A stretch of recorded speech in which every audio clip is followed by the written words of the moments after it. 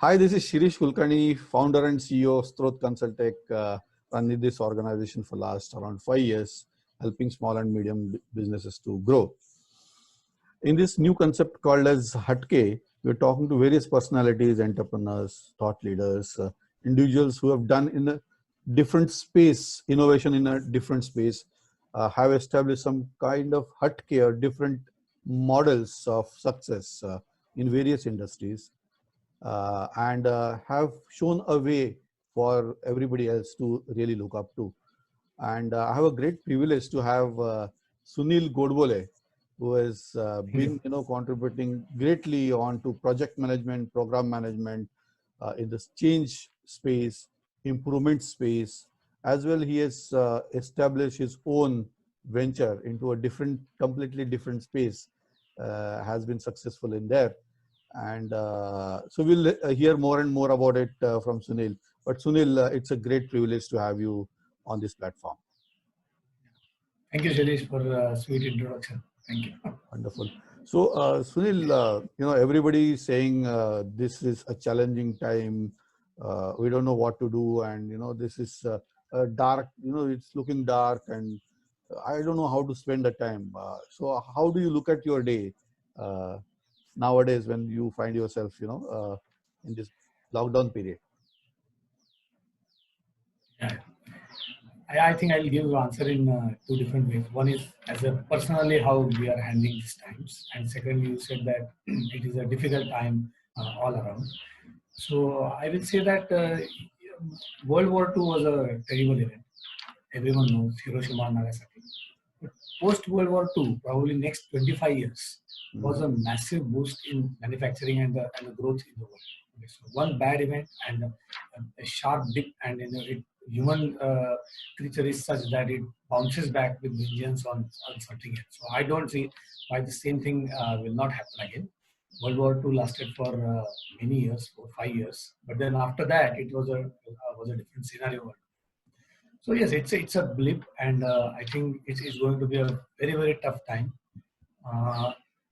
The real tough time is that those who have not adjusted to this new reality are going to face very tough times. And I always say that success is when preparation meets opportunity.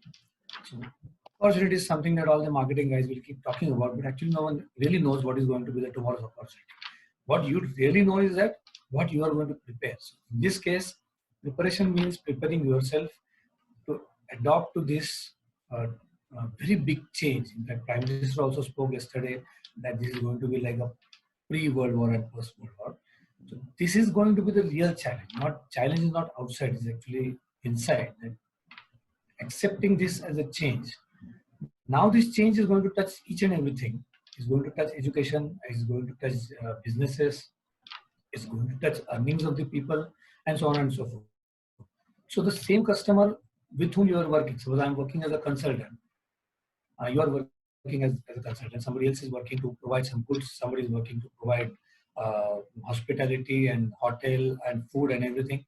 Customer has remained same. They are still going to stay in this world, and we are probably, if this corona gets contained in time, we are going to see a few lakh of people perish from this earth. But the rest of them are still going to continue on earth. So they had some requirements before corona. The real challenge is going to be that what are going to be their new requirements after corona.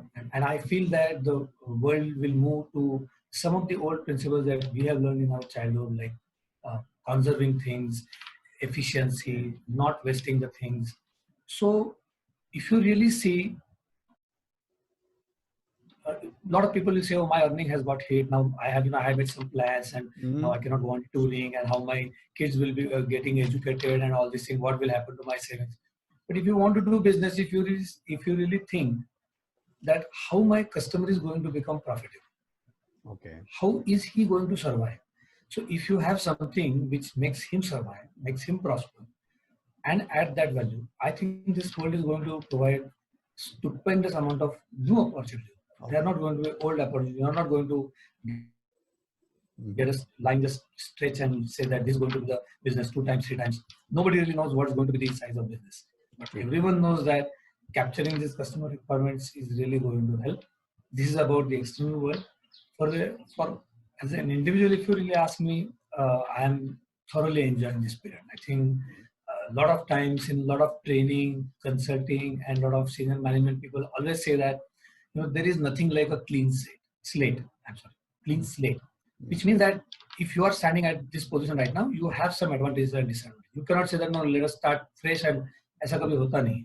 But possibly these 2 or 3 months have actually given us a complete clean slate on our personal fronts, on our hobbies and opportunities that we have. Few things which we have never visited in our own home. I have a garden. Maybe I have not touched many corners. I am rediscovering my own terrace. Something like this. That something is happening on a very clean slate. Thinking about yourself, you normally don't get time to think about yourself. You're getting time to think about ourselves. And I feel that personally, uh, to tackle any crisis, you need to be tough physically and mentally. So if you are preparing yourself just on these two things, I think it's really good enough. How much you can really add? People are attending this course, that course. I think they are just trying to again fill up their time, making a schedule, and fill up all 8 hours. Uh, Whether that is going to be really helpful, nobody really knows. But very few people are trying to look internally that how many things you actually have. Nothing has been used out of that. They were just lying. Just collect all of them together and see whether something new can happen out of it. That is how I'm enjoying this period actually. Super. I think what I heard is one is degree of acceptance of situation, both from personal as well as business point of view, where we know that this is where it is coming, and then we have accepted it. We have been ready to it. So one is degree of acceptance. Then eventually taking time, pause, kind of a reset. Looking at as as serious as a world war, and looping it further, thinking about what are the things that I can do further. There are a lot of opportunities, a lot of positivity, a lot of time. Time is money, and if we get a time where nothing is there, no binding is there, that there is no pull for us to go to office 8 hours, 10 hours to drive 1.5 hours up and down. I think it actually is a bliss of time that we get for ourselves, right? So taking it forward, talking about the businesses, anything and everything that happens in the business apart from the operations part is in the form of a project or eventually larger program, where we look at planning, we look at committing resources. So from your point of view, how critical is project management and formality, eventually looking at innovations, improvement to really grow the business side to the next level, or adopting to any change? Now, as we were quite quickly discussing about acceptance, anything and everything in business will change, right? So how do you look at importance of project management or program management in the current context? So I think I have been in this area. I have had a lot of improvement projects which create change, and large-scale improvement projects, portfolios which prepare a large programs, and managing those programs is really a wonderful thing to see large-scale changes getting implemented. So results are always very nice to see. I will say it's an opportunity to convert. If you ask me if it's really required for business, the answer is yes. Everything is a project. So everything that you want to do. So it's actually a tool to convert your strategy to reality, or you can say your intention to implementation. Okay, it's eye to eye. So intention to implementation. So you have an intention and you keep saying that, oh, what ऐसा होना चाहिए, वैसा होना चाहिए, वो कैसा होना चाहिए? That is program management. And that is what you have to really visualize. So when you want to do certain thing, when a human wants to do certain thing, I want to run, or somebody had told me that if you want to smile, some 64 muscles on your face get activated. Okay, so that's why you need to smile. I don't know whether 64 is the right number or not. What it means is that when you want to do one thing, the 64 agencies are working simultaneously. Okay. So any project its project management is more attached to Microsoft projects and reviews and minutes of meeting, and I think that's where it doesn't happen exactly. It happens exactly outside that. So if you really want to convert something from intention to implementation, then I have generally followed a trilogy of buy-in, methodology, and then governance. And if you just see what are projects or programs that are being taken either by government or by municipalities or in your ward or in your schools, and they will fail in one of them. You leave one of them and your implementation is not complete. And you say that, okay, I thought something, but it has not happened in that because you have simply not spent time on each of that portion. Depending on where you want to implement that, the time distribution will certainly change. So in today's scenario, whenever you have a crisis, that crisis is a program. It's a crisis management is a big program. And today you see that a lot of initiatives are being rolled out. Some are successful, some are not successful.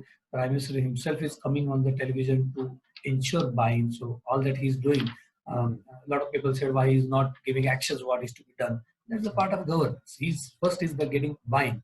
That's what he's trying to do. Then there are lots of methods which are being employed. I think yesterday I saw some videos of some doctors who are telling how many initiatives have started in parallel.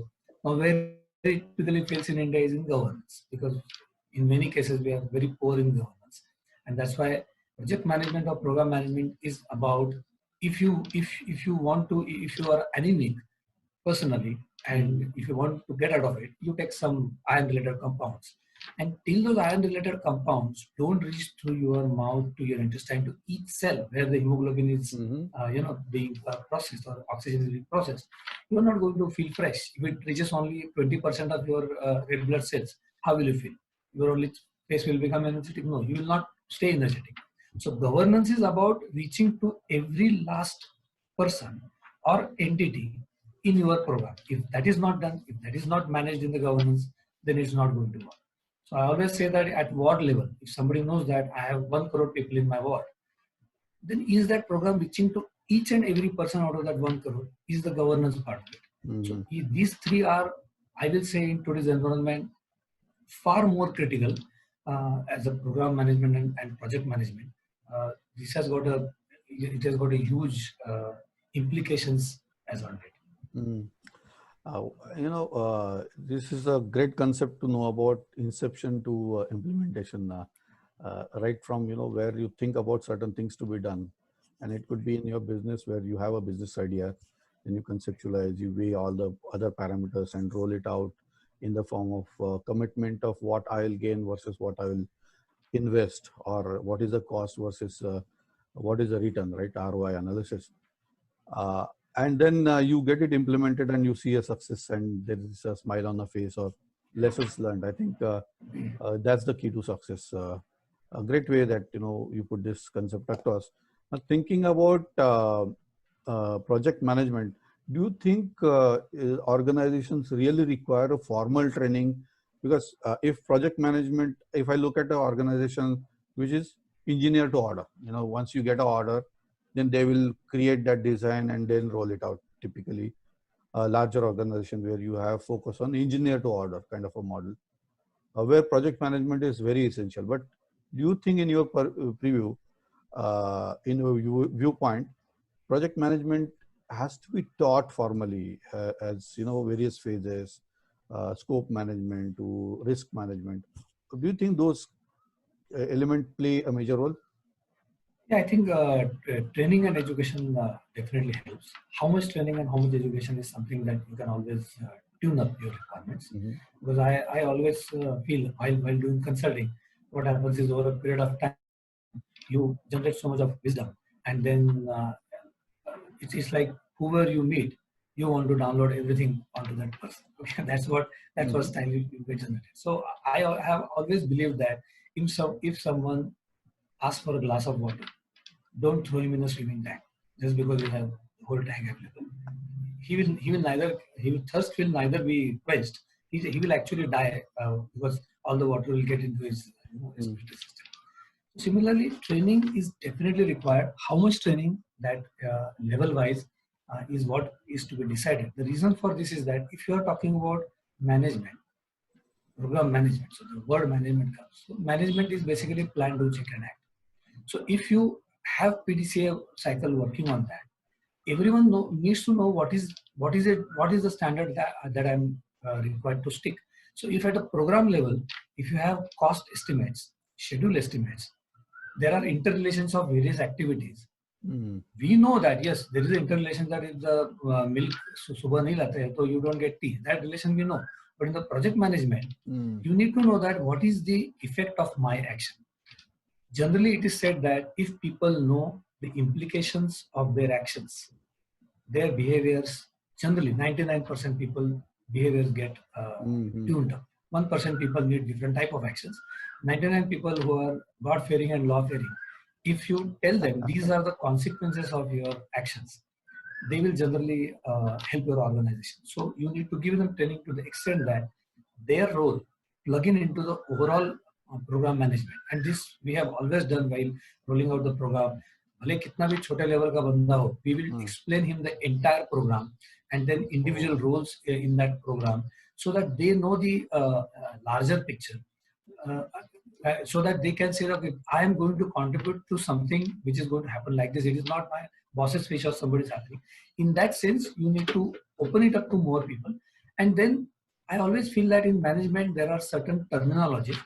The terminologies are not not to be taught as the buzzwords, but terminologies sometimes tell you in a condensed way what they need to understand. So they can associate certain number of X number of things to that terminology.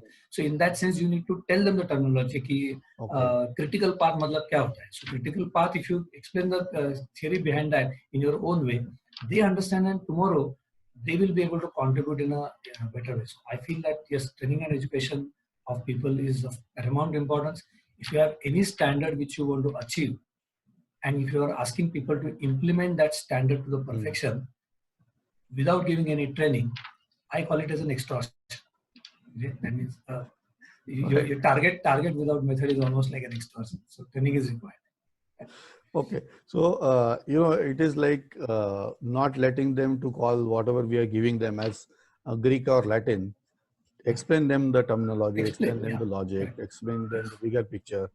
Yes. I see a sense of inclusion. Once I feel like part of the bigger picture, yes, I see my role. Then I start aligning, and eventually I would say, if I know the bigger picture of what I'm trying to achieve as an outcome of this project, I kind of get into a self-directed mode, even to assume certain aspects without really being task-oriented and going behind. And I believe, I think we were discussing about everything happens between the reviews, right? I think that is the key to success we're talking about. So, what's your view? Yeah. So is the review that critical important? People say that it's at times, in lean management, people call this as reviews or quality is a waste. I don't want to get into the controversies, but how important is the review and how important is the time? What happens between the reviews? Maybe you can. I think in a plan to check at cycle, the checking is nothing but a review of whatever you have done, whether that's really been achieved. So it is really important. But a review which is not followed by that is the action and the learnings. It happens to be a waste. So if you are just if you are just pushing growth, a lot of time what happens is that reviews are to push growth. I don't know how it's going to happen. I want this to be done in 3 days. How? It's not going to happen. So by giving a diktat in the review, just because in a position, and you feel that people are always having a lot of buffer and they can use that buffer to complete this target, it doesn't work that way. So reviews which are only a one-way diktat are quite useless. The reviews which are there to understand the ground situation, one, to connect different people कि भैया ये इसने ये नहीं किया इसलिए इसके ऊपर क्या affect हुआ है, उसको सामने लाके बिठाए, तो then समझता है कि then yes, my action has resulted in something. Now let me do something and get the things in order.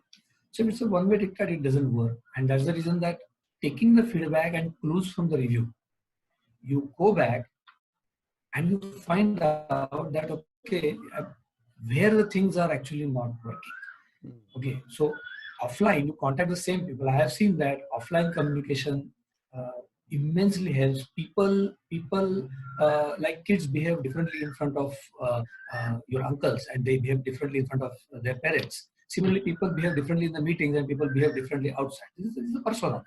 People play roles. So when you go out and when you reach out to them, you will really try to understand in a mentor mode that what is it that will help them in doing that. So rather than pushing growth, removing the hurdles to growth is the key, and that can happen between the two reviews. So then the reviews are automatically accessible because you know what are the things which need to be removed, not to be pushed. And I have found that yes, I think offline communication, engagement with people, going to their workplaces, it doesn't you need to get into operation mode. There is a lot of times there is a, I may not say it's a misnomer, but it's sometimes practical that a program manager doesn't get into operations. Okay. Or operations person doesn't get into program management. The reason is that if you are drawn into operations, then you forget about your program management. So I say that program manager should be good enough in operations so that he enters the water but comes out without getting wet. Okay, so that much he has to dip into that and come back. Such program managers work wonderfully because they have the touch of reality when they are putting expectations to people, and they also know that which hurdles are really going to hurt and which hurdles can be taken over just by pushing little extra. This difference, if you know as a program manager, I think you really become a people's man, and the program management becomes successful. I see a great simile of how a small and medium business owner has to be an effective program manager, Correct. looking Yes. at various functions that he is heading.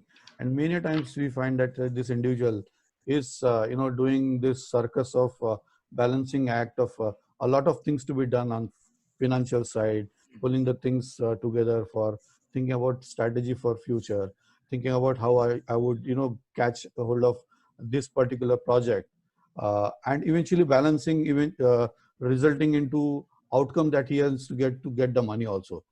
So effective program manager is a key attribute for a business owner.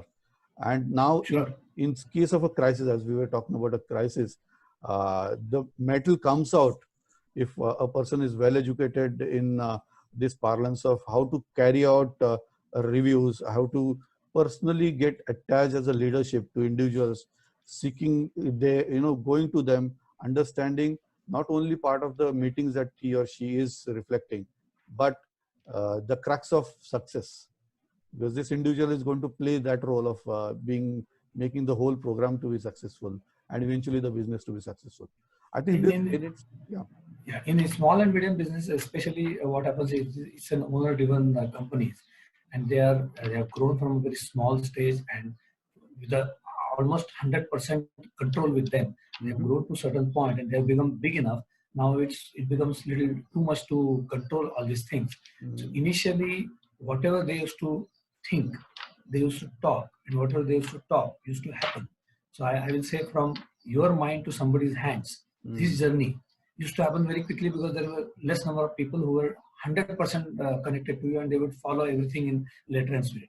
As the things become bigger, there are interactions, there are transmission losses, where there are unclarity of intentions, and that's where if after some stage that is crossed by these businesses, if they don't start converting their intentions into the components which are implementable, the engineering of those intentions, how the mind will reach the hands? Mind cannot be seen, hands can be seen. So then your output also cannot be seen if it is only in the mind. So far it doesn't reach to the hands. For this journey, he needs to be a program manager. And that's the reason I said that buy-in, methodology, and governance. These three aspects have to be built into his business logic so that he knows where buy-in is required. If buy-in is not required, directly you can get into the methodology and you can start driving it. Something like where buy-in is required, maybe you push more efforts on buy-in, and methodology is obvious, so people take it forward. So that's the way they have to really. Wonderful. We were talking about this Hatke concept composing of H for health, A for attitude, T for technology, K for knowledge, and E for engagement. I see a tenets of even project or a business health. We had been talking about health of an individual or health of a business. getting reflected as a projects, number of projects running together for various dashboards that you have. In the form of attitude where you have to be inclusive. You're talking about, Yes. taking their views, going to their places where you talk to them and make them comfortable, include them in the whole process. T-ware technology, you talk about project planning using Microsoft project maybe, or some other hi-fi technology where you connect with people and use some kind of a complex supply chain logic for that matter to really get the things done that you want. And eventually knowledge. I think this area I would like to maybe discuss a little bit. Engagement we have touched upon. Knowledge management, which is a key factor of any organization or a business being powerful, empowered, successful. And it actually talks about a lot that you can leverage on when you need to have a business continuity. So what's your view on knowledge management as such? It's a big topic, but in the I don't know, in today's context, the knowledge about your own competence is probably the most important thing. As an organization, we typically say that when we hire a new person, we hire him for his strengths. The moment he comes inside, you start seeing all his negative points. वो बैठता कैसा है, smile कैसे करता है, लोगों से बात कैसे करता है, and then negativity builds. And over a period of time, if it is too much, then you feel that this guy is not good for our thing. Similarly, for the businesses also, it happens that you somehow I feel that it's a very natural instinct of every human being. When we used to talk about Kaizen, small improvements, we used to say that if at some workplace somebody has done a small improvement, and an owner is walking through the owner, for the matter, anybody, I'm just taking case of owner because you said small businesses, is walking through the workplaces. Will he notice the small change which has been done on a table, or will he notice that some ink has fallen on a table and the table is looking shabby? So people will notice problems very easily without much guidance, and noticing improvements which are already done are not noticed so easily, which means that you need to increase the volume of improvements which are being done. So somebody shouts, कोई आदमी shining कर रहा है meeting में, somebody just talks to many people and tries to promote himself. But because of this, as an attitude or as a personal attitude, you can say, and also the way reviews are done that we spoke about, we actually start feeling that यार लोग काम ही नहीं करते, people just don't work in the company. We start losing what is the real competence of our business, and if tomorrow if there is a real problem, how the same people can tackle it. And I have worked with some of the companies which were in BIF at that time. They were in red, and they were in the process of getting shut down because of the bankruptcy, and a lot of cutting of people, etc. So some people left the organization.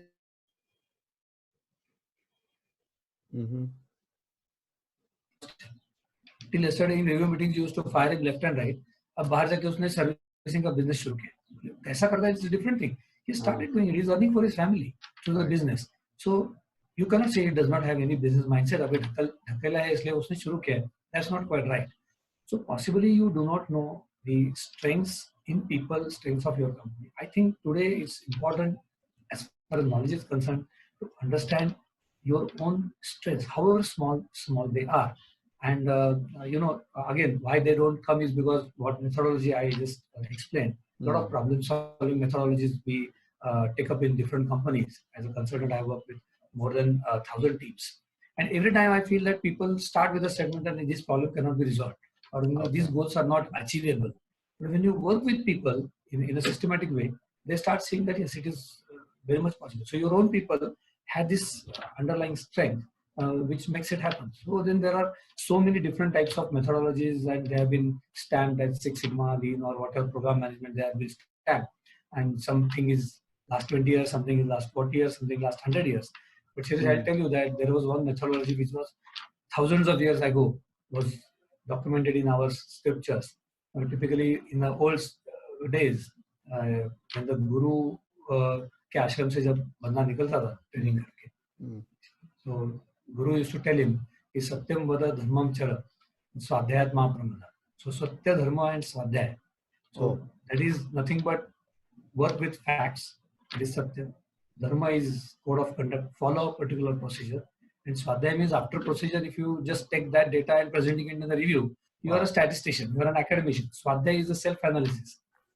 If you do these three things and then you are in the review, then I think your organization can just keep learning. That's all. You don't need to do any other trial into this. Mm-hmm. So through this process, you need to really learn about people, because we will be needing different people to tackle different type of challenges, and that's how we need to manage the knowledge of the company, knowledge about the company today. Wonderful. I think nicely put where even the scriptures are talking about certain aspects of project management. We might not think about review, how we get back the knowledge, how we have to be particular about certain things. Also, you mentioned about cold plating, which is an important dimension, maybe a while back, where we give exactly what the customer wants and don't kind of sugarcoat it or give it more than what he or she wants. So I think that's a important dimension. Now, moving from this world where, project management manager has to be extremely strict. He or she has to be, always looking at finding maybe things wrong. I will not call it faults. Yeah. People might call him as he or her as faults. But how does these two things where on one side I understand that you are dabbling into creativity, music, and you have a venture into that space. So how do these different dimensions come into picture in the same person as such? It's very hard to answer that, because you keep discovering things on a time scale at different points of time. You keep doing certain things at some point of time, and I always say that it's very difficult to explain something, especially when causes and effects are separated in space and time.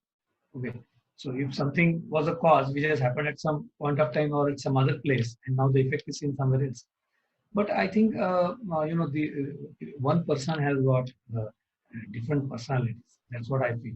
Every person has got different attributes within himself and waiting to be explored. And one attribute typically helps that. So you have typically like a bear. You have different components, and you mix some particular component, and you get one type of output. You again connect something different, you get another type of output. They all complement each other. And if there is any negative point, that also will be present in all of them simultaneously. Unless you remove it, it will not go. So I typically call it as a kind of a convergence, that you have different things available, either already available with you, you don't know, or you have not used them, and then they come together to deliver a particular product. I think I remember Steve Jobs was being asked that how come you have gone this kind of a disruptive methodology and all Mm, these things. mm, So I think what answer I remember from him is that there were different technologies which were being worked on, not by me, somebody else. The touchscreen technologies and internet technologies and applications and different kind of operating systems. They were all coming up. What my team has done is the convergence of these technologies. So convergence creates a completely different product. And that's why we actually need to know what all we have to converge. And so that's how I think something has come out in the creative form, and that's why I don't think they are really different. They are two facets of same person, because inside you have different things available. You are just bringing them together and delivering them. And so if you have a program to do an entertainment program to be done, it needs the same amount of program management that you need for driving a large scale project. You need the same accuracy that you need into the art form as you need in the day-to-day program management. You need the same empathy for the details mhm. um, at both places. So the viewpoint is same. The application is totally different. Okay. Mhm. So, I see a tenet of creativity getting converted into a structure of thoughts and eventually getting translated into reality, and maybe some degree of reviews and feedback mechanism to really nurture that into from concept to realization. I believe that's the journey. But tell us more about how did you and what prompted you to take this challenge. I would call it as a challenge because people love this word challenge of proving to the world that whistling is or whistling melodies is the way that you are trying to prove this as a formal musical instrument. I think it's a big task, right, in itself. Again, I don't find any particular date on which this happened, but it's always a realization what more you can do. So I have been listening since 1989. I did first program in engineering college. Since then, to a certain extent, because you just treat it as one of the event which is happening. So some other place you will try. So it is just on a case-to-case basis, on-demand basis. It was not before 2010 that a lot of my close friends came together and said that why not make it into a program. So still, it was my thing. I am trying to get certain things together. Instead of one song, I'm going to present 10 songs, and one song becomes one song, 10 songs becomes a program. So there's a difference between a tree and a jungle. So one tree, 5 trees, 10 trees, 20 trees becomes a jungle. So it just became a program like that. Okay. So the thing is, as I told you, that as you engage into this activity, if you make it into a tick mark kind of an activity, a lot of times this is bucket list is a very popular word, which actually I quite hate because it happens to be a tick mark activity without the real engagement into it. It can so happen. I am not saying it will happen with everyone.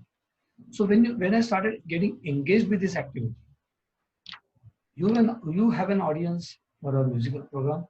You also have an audience for the training program, which I think I have done so many training programs in my tenure. So both places you have a audiences. They are the people for whom you are doing it, but initially your feeling is that I am doing the program. Then over a period of time, as I discussed this with the audiences, they were so happy with the tone of the whistle, and it hit them so hard, which was beyond my understanding of what I am doing. And that's exactly what I'm trying to propose. That you may be doing certain things, but how people are perceiving where it has actually reached, it has not reached their ears. Many times it has reached straight up to their hearts. And they were so happy. I got certain very emotional feedbacks about the program. Then I found that actually the last 20 years I've been doing it, so I'm quite happy. I'm on the stage, I feel self-esteem goes up by one notch. So many people clap for every song that it goes one notch further. But when you actually see that 60 people, 100 people are extremely happy after the program, and those 2 hours were worth of their life, then I think it gives a completely different purpose. So I always say that multiplication of happiness. First, I was happy, and then people were happy, and then I was happy again to see people happy. So one event has created three times the happiness.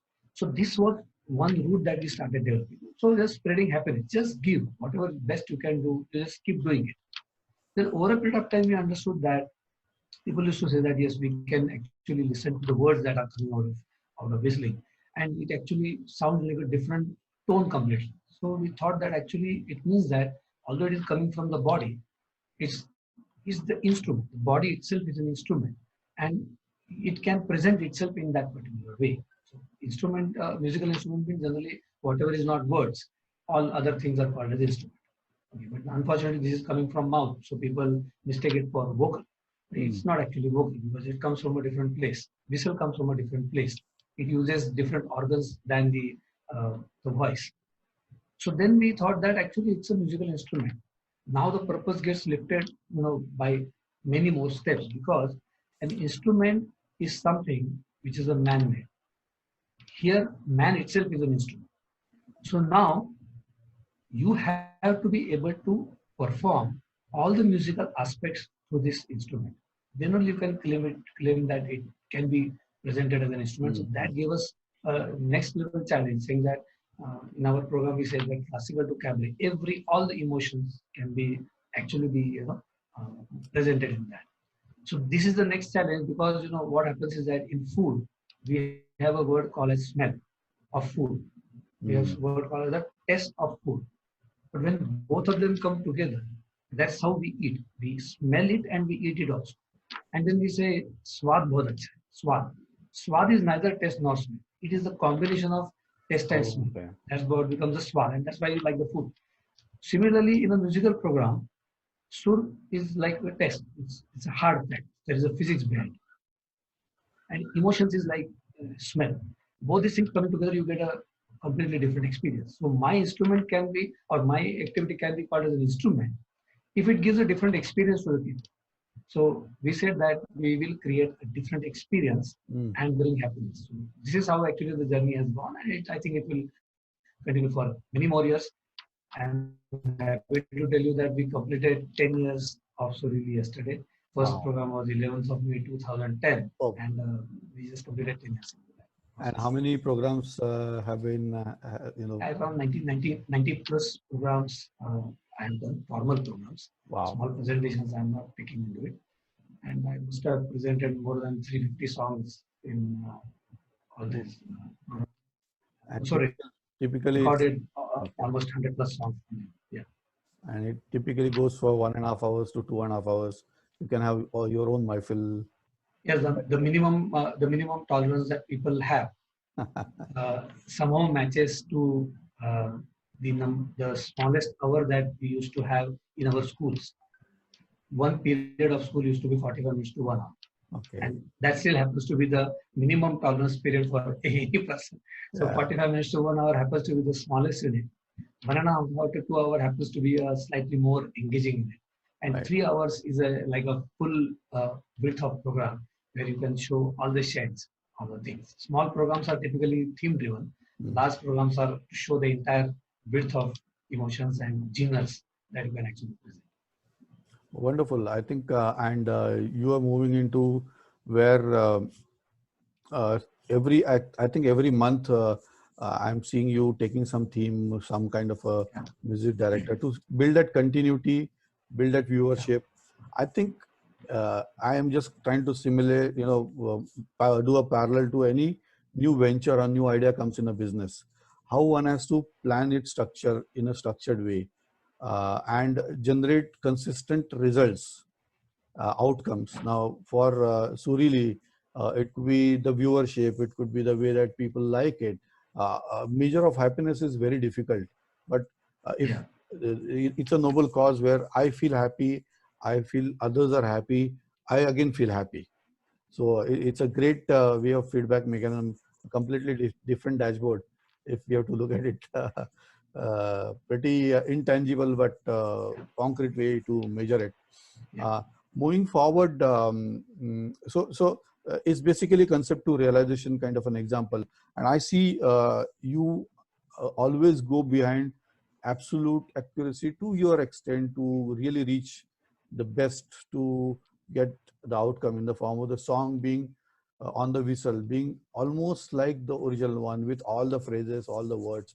And it just sounds like, oh my God, it is just like a original song. So how do you do this journey of starting with a song to really reach there? Where some places I found people have got tears in eyes in some programs. So how do you go about this, Sunil? Yeah, I think the first one is very simple. It's a compliance mindset. जो आपने माँ बाप ने बताया वो करने का है, ये टाइप का mechanism दिमाग में चलता है. So in the same way, if there are God sent people like Mohammed Rafi and Lata Mangeshkar, if they have sung some song, the minimum that I can add, minimum, is that tied to reach whatever they have done. So if I do something which is different than them, and then the computer says that this is a song by Mohammed Rafi and he has some sort of etc. And then if I'm not reaching there, then there's a great injustice to those guys who have done so much of work in one shot probably, and for which I need so much of practice to perform. So the minimum thing that we need to do is that reach to the same place where they have left it for you. Okay. If 40 years, 50 years you have heard them, now at least you should present it very close to them. So in that process, as you try to go near to them, of course you are not normal. you're not Lata Mangeshkar, that we all know. So then you have lots of gaps. The moment you try to reach that, you find out limitations, and then it opens the next door for you. So you can have different definitions of accuracy and perfection and precision. For me, the first definition is whatever they have done, you try to replicate it. And Reproduce. I'll tell you that, I'll tell you that some songs which I've heard for last 30 years, when I presented them, I found that no, they are actually different than what I have heard them so far. There are certain different things in that song which I did not hear also because they were being presented by Vivid Bharati. I was not supposed to do anything in that. When I started doing it, I thought, अच्छा इसमें ये भी है. So you start discovering. So I feel that perfection or accuracy are actually no, they are not really much. They are just exploration. Perfection finishes, the end you feel that you have reached the destination. Oh, The new things, continuous. the moment you open the door, you Mm. see something more. When you just cross it, you find that there is one more. It's just not ending. And that, so you can call this journey as a perfection. But for me, the first target is to, at least go to the level where they have gone. Then you add on to it your uniqueness. Because this one is in that sense quite unique. So people will overlap the original song on uniqueness. Simple uniqueness will not sell. Just because you are whistling, people will not be ready to listen unless they have same experience because they have heard that song many times. Now you have uniqueness as an activity that gets overlapped on that. And then the third one is the tone of whistle brings a totally different type of, creates a different type of environment. There can be some physics behind it which needs to be explored. But it is something which possibly comes in a what you can say is that it creates good feelings inside human being. So that frequency band creates very good feelings inside human being. So that is an advantage for this. These three packaged together brings out the performance for you, and then there's really a long way to go on this. Wonderful. What I hear is that perfection, though we have to aim at perfection to be accurate, to be precise, it's a journey, and it's a so to say a moving target, an upward moving target. It always is a sense of if I learn this, I learn that I don't know those many things. I realize that I'm still not there. Okay, there's still sky is a little bit higher, and I have to still do more improvisation. I believe that's the message I'm getting, and that in fact, target is slightly not a word which is fitted to that because that target comes from inside. You realize rather than somebody giving you a target, saying that you realize that you're simply not there. And then to reach that, you have to do another 4 or 5 things before you really reach to that. And even after you do those 4 or 5 things, you still find that you are not there. So there is something. The day you feel that you have reached, you can imagine yourself standing on the Kokankada on the edge of a cliff. The only way to go is down. After that, if you feel that I have achieved something, that means that's the end of it. After that, you can only go down. So, oh my God, I think this is like eye opener. I definitely wanted to take it, and that's the same thing I would call it for business owners also. If I have achieved say 100 crores or 200 crores or a particular customer being a client for me, it's a dream come true.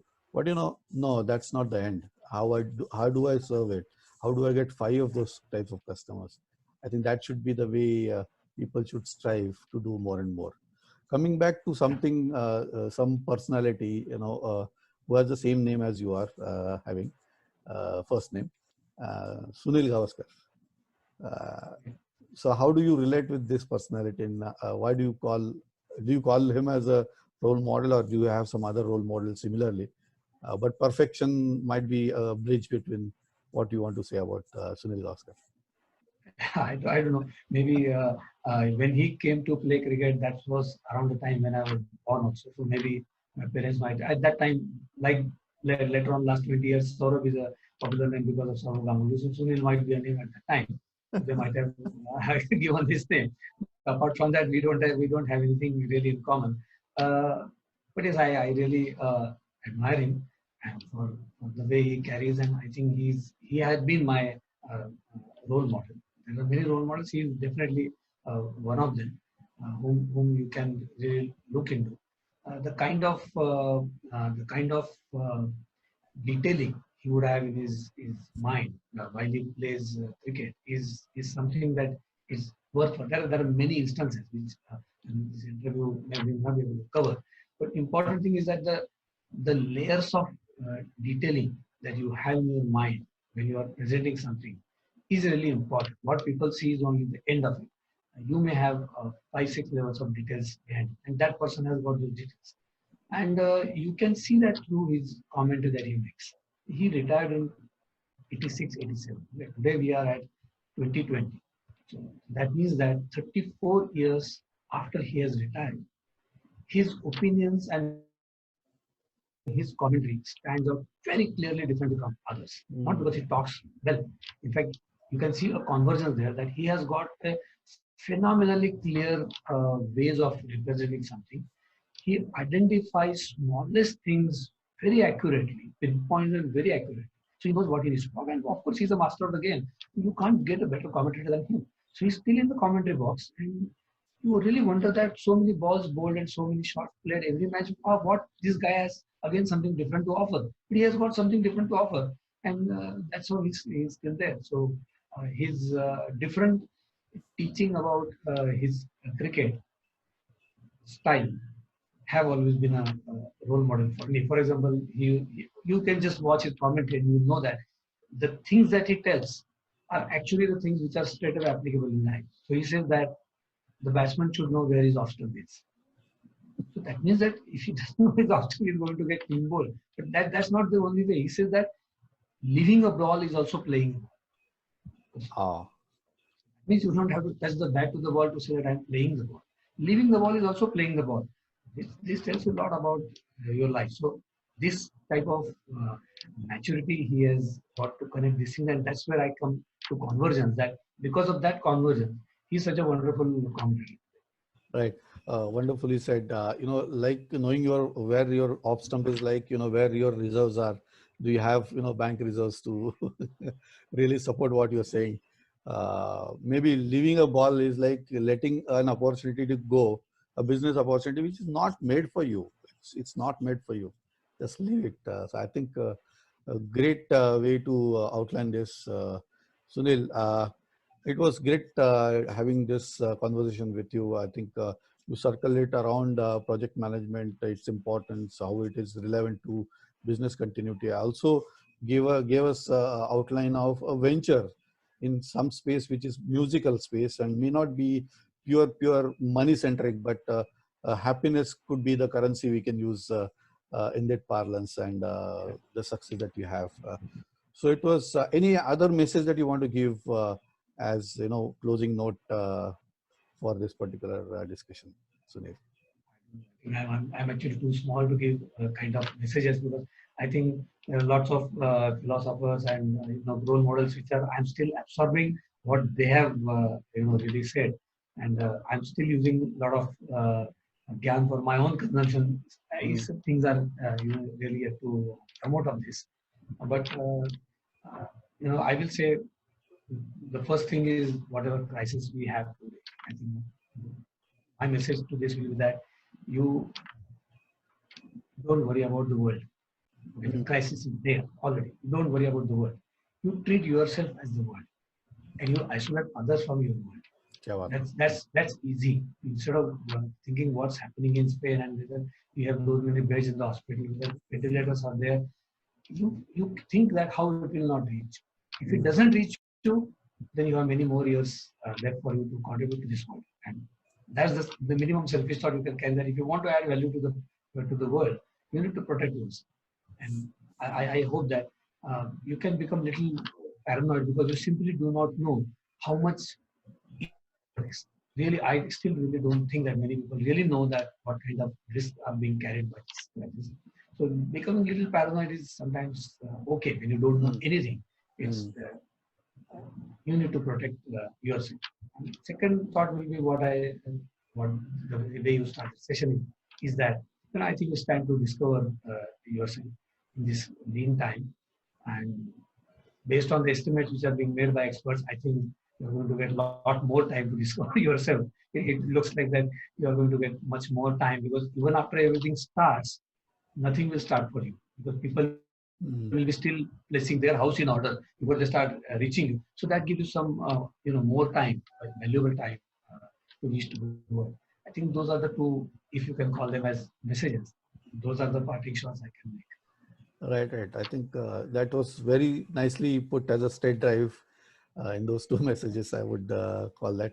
So Sunil, it had been a pleasure talking to you. I think it's like revealing a personality which is a straight face, but behind that is a creative person, a person who is dabbled into a lot of larger projects, giving that as a responsible kind of a guidance for small and medium businesses owner to run their empire as sets of projects. I think it had been really wonderful, Sunil, to have you with us. I think it's always wonderful to talk to you, and always learning from you also. And I think these questions are also quite learning, because you start thinking, what's the real answer behind it? So in that sense, it was very lovely to talk to you. Wonderful. So great to have you. We all wish you great success in whatever you take up. Let it be a consulting engagement or any kind of a venture that you take. Great wishes for Surili. I'm sure that it is already making whistling as an established art and art form, as well as a musical instrument. Great success that we are wishing you all the success that you need to have, Sunil. Thank you, Shailesh. Thank you so much. I will close the interview. Thank you. Business कोई भी हो, success की नींव हम रखते हैं। बुलंदियों को छूने की आपके अरमानों की उम्मीद जगाती जोत है, हर सपनों का हम स्रोत है। सही स्ट्रेटेजी, परफेक्ट डिसीजन मेकिंग और बिजनेस ग्रोथ के लिए हम आपके साथ कंधे से कंधा मिलाकर आपकी स्वप्न पूर्ति करते हैं। स्त्रोत कंसल्टेक, सिनर्जाइजिंग ट्रांसफॉर्मेशन।